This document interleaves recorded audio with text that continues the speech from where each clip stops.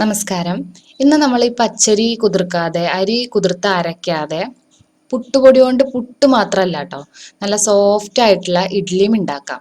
അങ്ങനെ പുട്ടുപൊടി കൊണ്ട് ഉണ്ടാക്കിയെടുത്തിട്ടുള്ള ഇഡ്ഡലിയുടെ റെസിപ്പിയാണ് ഞാൻ കാണിക്കുന്നത്.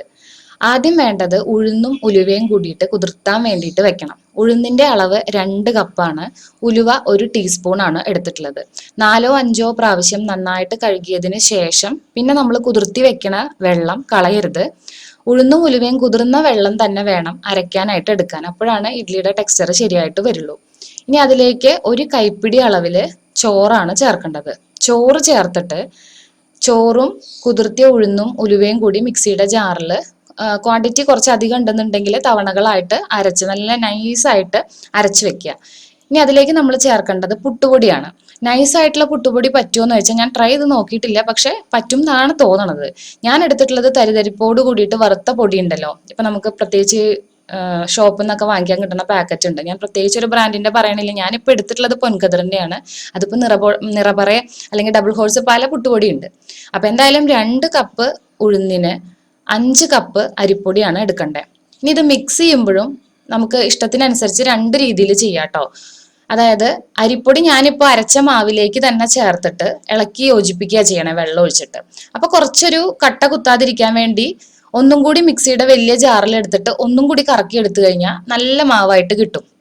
ഇനി അതല്ലെങ്കിൽ അരിപ്പൊടി മാത്രം വേറൊരു പാത്രത്തിൽ എടുത്തിട്ട് അതിലേക്ക് വെള്ളവും കൂടി ചേർത്ത് ഒരു കുഴമ്പ് രൂപത്തിലാക്കിയിട്ട് നമ്മൾ അരച്ചു വെച്ച മാവിലേക്ക് രണ്ടും കൂടി യോജിപ്പിച്ച് ഇളക്കുക, ഉപ്പിട്ടിട്ട്. അങ്ങനെയും ചെയ്യാം. അത് നമ്മുടെ ഇഷ്ടം ഏതാണോ, ഇപ്പൊ നമുക്ക് ആ സമയത്ത് ഏതാണോ എളുപ്പമായിട്ട് തോന്നണേ അങ്ങനെ ചെയ്യാം.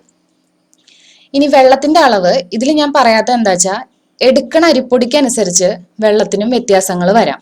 ഇപ്പോൾ ആ അരിപ്പൊടി എന്തായാലും നന്നായിട്ട് വെള്ളം വലിച്ചെടുക്കും. അപ്പൊ ഞാനിപ്പോ ഒരു പ്രത്യേക 5 കപ്പ് അരിപ്പൊടിക്ക് ഇത്ര വെള്ളം എന്ന് പറഞ്ഞാൽ അത് എല്ലാ അരിപ്പൊടിയുടെ സമയത്ത് നൈസായിട്ടുള്ള അരിപ്പൊടിയാണ് നിങ്ങൾ എടുക്കണമെന്നുണ്ടെങ്കിൽ അത് ശരിയാവണം എന്നില്ല. എന്തായാലും ഒരു അരിമാവിന്റെ ഒക്കെ പാകം നമുക്ക് അറിയാലോ. ആ ഒരു കുഴമ്പ് രൂപത്തിലാവുന്നത് വരെ വെള്ളം ചേർത്തിട്ട് അത് നന്നായിട്ട് മിക്സ് ആക്കി വെക്കുക. ഉപ്പ് ചേർത്തിട്ട് തന്നെയാണ് നമ്മൾ മിക്സ് ആക്കി വെച്ചിട്ടുള്ളത്. ഇനി ഇത് മഴക്കാലം ആയതുകൊണ്ട് തന്നെ രാത്രി അരച്ച് വെക്കുകയാണെങ്കിൽ സാധാരണ ഒരു 8 മണിക്കൂറൊക്കെ മതി. വേനൽക്കാലത്തൊക്കെ ആണെങ്കിൽ 8 മണിക്കൂർ താഴെ മതി. നല്ല രീതിയിൽ മാവ് പൊന്തി വന്നിട്ടുണ്ടാവും. പക്ഷെ ഇതിപ്പോ മഴക്കാലം ആയതുകൊണ്ട് തന്നെ ഒരു 12 മണിക്കൂർ വരെ എടുത്തിട്ടുണ്ടായിരുന്നു എനിക്ക് മാവ് അത്യാവശ്യം നന്നായിട്ട് പൊന്തി കിട്ടാൻ വേണ്ടിയിട്ട്. അത് ക്ലൈമറ്റിനനുസരിച്ചിട്ട് മാവ് റെസ്റ്റ് ചെയ്യാൻ വെക്കേണ്ട സമയത്തിനും വ്യത്യാസമായിട്ട് വരും. ഇപ്പൊ ഇത് രാവിലെ ഞാൻ ഒരു ട്രിപ്പോളം ഇഡ്ഡലി ഉണ്ടാക്കിയതിന് ശേഷമാണ് കേട്ടോ ഞാൻ മാവ് കാണിക്കണത്. അപ്പോൾ ഒരുപാട് ഇങ്ങനെ ഭയങ്കര ഫ്ലഫി ആയിട്ട് വന്നിട്ടുണ്ടായിരുന്നില്ല, കാരണം നല്ല മഴയായതുകൊണ്ട് തന്നെ. പക്ഷെ ഇഡ്ഡലി നല്ല സോഫ്റ്റ് ആയിട്ട് തന്നെ കിട്ടിയിട്ടുണ്ടായിരുന്നു. എനിക്കത് 12 മണിക്കൂറൊന്നും റെസ്റ്റ് ചെയ്യാനുള്ള സമയം കിട്ടിയിട്ടില്ല.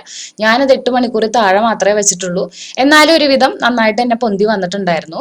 ഇഡ്ഡലി ഉണ്ടാക്കി എടുക്കുമ്പോൾ ഒട്ടിപ്പിടിക്കുകയോ അങ്ങനെ യാതൊരു ടെൻഷനും വേണ്ട കേട്ടോ. നല്ല രീതിയിൽ ഇതാ സോഫ്റ്റ് ആയിട്ടുള്ള നല്ല പഞ്ഞി പോലത്തെ ഇഡ്ഡലി തന്നെ നമുക്ക് കിട്ടും. ചട്നി കൂട്ടിയിട്ടും അതുപോലെ ചമ്മന്തി കൂട്ടിയിട്ടൊക്കെ കഴിക്കാം. നല്ല സോഫ്റ്റ് ഇഡ്ഡലി.